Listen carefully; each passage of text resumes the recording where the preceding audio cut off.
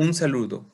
Soy el estudiante Juan Carlos Barahona Herrera, que pertenece a la Escuela Profesional de Ingeniería Civil de la Universidad Nacional de Moquegua, con el código 2020-115059 y perteneciendo a la sección A del primer ciclo. En esta fecha, enero del 2021, voy a proceder a mostrar el programa que he diseñado en el lenguaje de Python, el cual lleva por título Automatización del cálculo del coeficiente de fricción de Cooley-Brooke-White. Asimismo, se añadirán algunos requerimientos que se han llevado por bien a resaltar durante el desarrollo del programa, tales como el diagrama de flujo, una sintax para que pueda ser aplicado en otros lenguajes de programación, además de gráficos y la metodología con la que se desarrolló el programa. Ello engloba la explicación de variables y otros datos a tener a considerar. Después nos ubicamos en Jupyter, que en este caso va a ser nuestro intérprete de Python. Se nos muestra nuevamente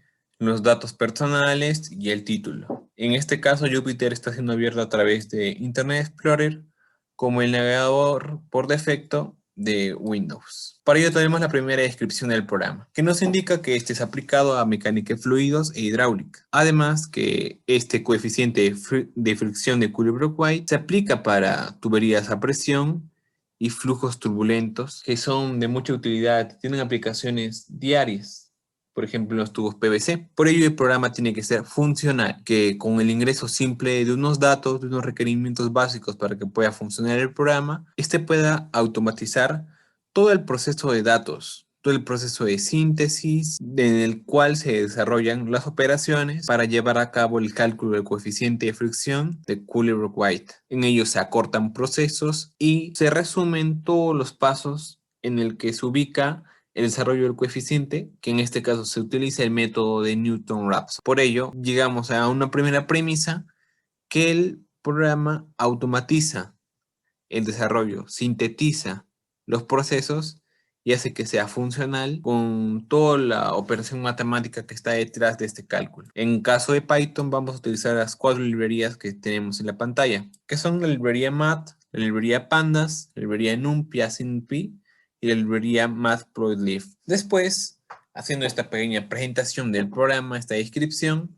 vamos a mostrar cuál es el diagrama de flujo. Pero tiene que explicarse cuáles son las variables en el que se insertan los datos. En este caso vamos a utilizar 4 variables. La primera es el número de Reynolds, que funciona con una variable de tipo real, o sea, es un número, el número de Reynolds. Pues tenemos un f de 0. ¿Qué quiere decir f de 0? Engloba a una primera fricción, a una fricción semilla de la tubería que vamos a utilizar. Y por ello también es una variable de tipo real, ya que representa un número. Por ejemplo, la fricción semilla de una tubería plástica PVC. Nuestra tercera variable es una variable de tipo real y representa la rugosidad del tubo a evaluar. La cuarta variable es de tipo real también, y este es el diámetro del tubo a evaluar. Ahora, haciendo uso de la herramienta IPython Display, importamos la imagen que representa el diagrama de flujo. Tenemos el inicio, donde se leen las 4 variables que hemos acotado anteriormente. Procedemos a explicar el diagrama de flujo. El gráfico nos indica que pasamos a una estructura de decisión, ¿no? A una estructura selectiva doble sí, entonces sí, no. En este caso, si el número de Reynolds es menor a 2300, pasa a la función possible, donde se representa un proceso, ¿no?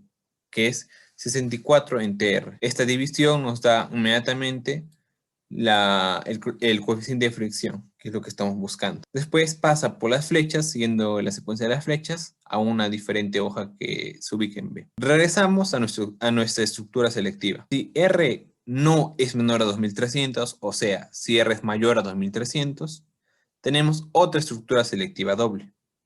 En este caso nos ubica si R se encuentra entre 2300 y 4000, se encuentra en una zona inestable. Pero si R no está entre 2300 y 4000, entonces, ¿qué quiere decir esto? Que R es mayor a 4000. Pasa a un rectángulo que indica un proceso y se calculan dos datos, la derivada con respecto al punto f. Todo esta representación, un polinomio, y se muestran, ¿no?, los resultados.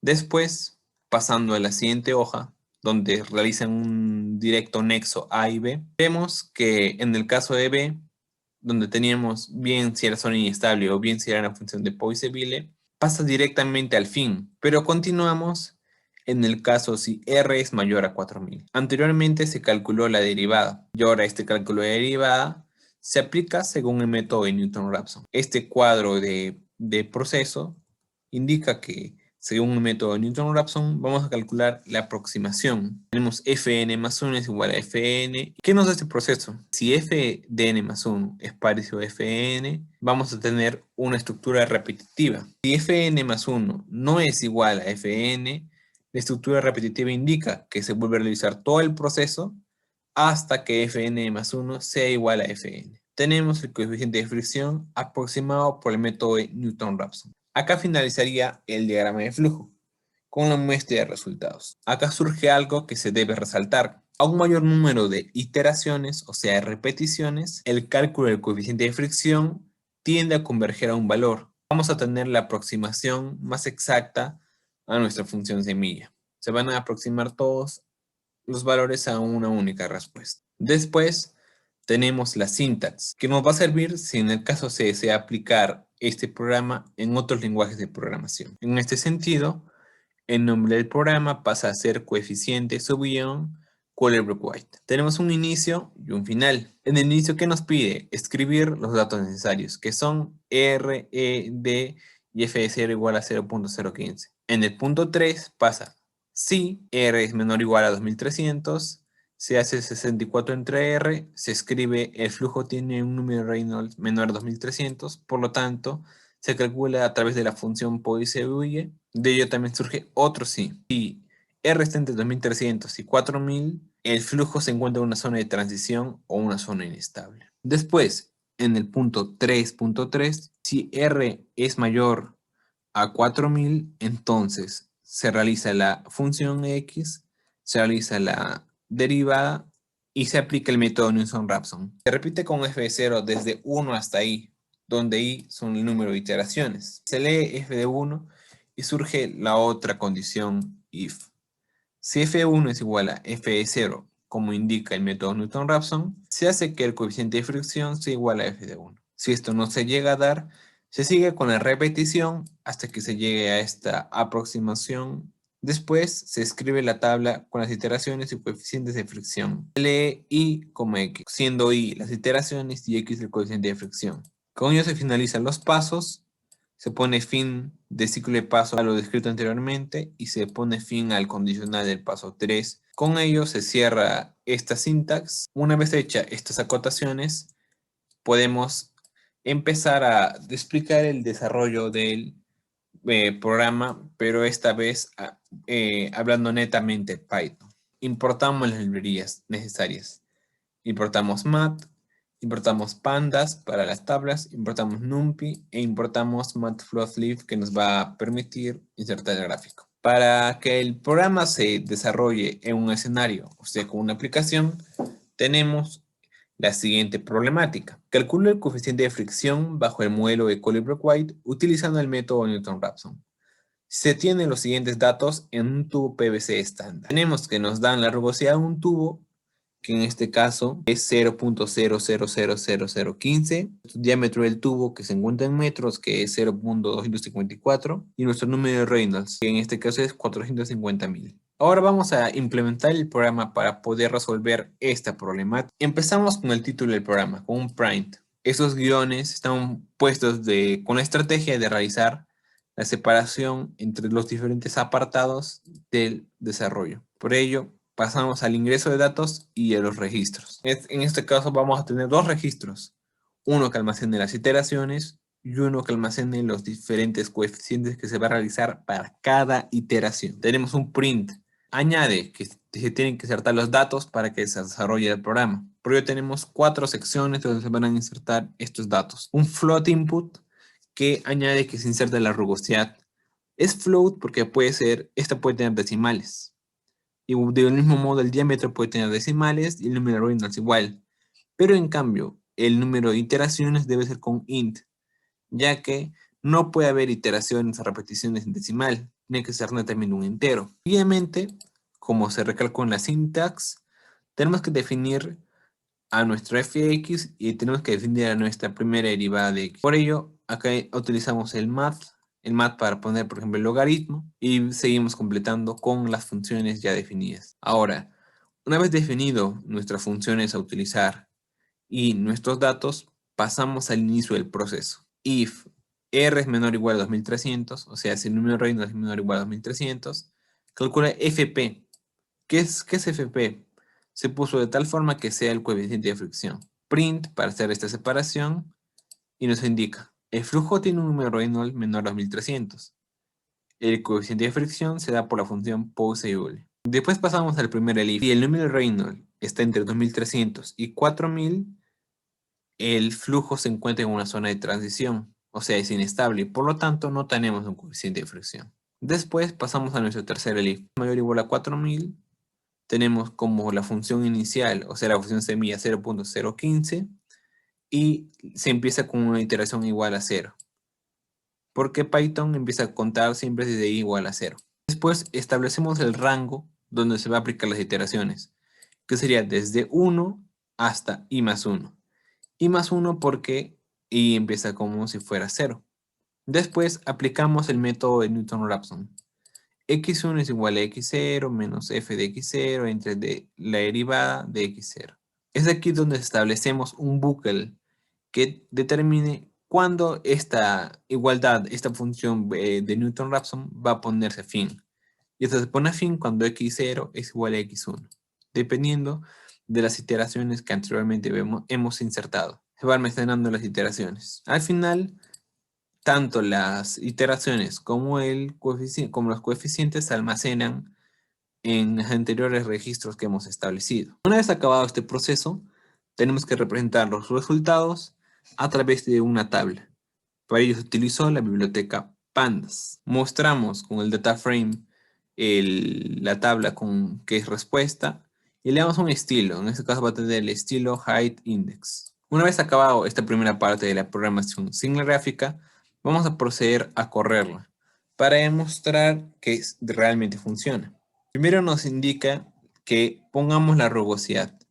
Como hemos visto en la situación, esto equivale a 0.000015.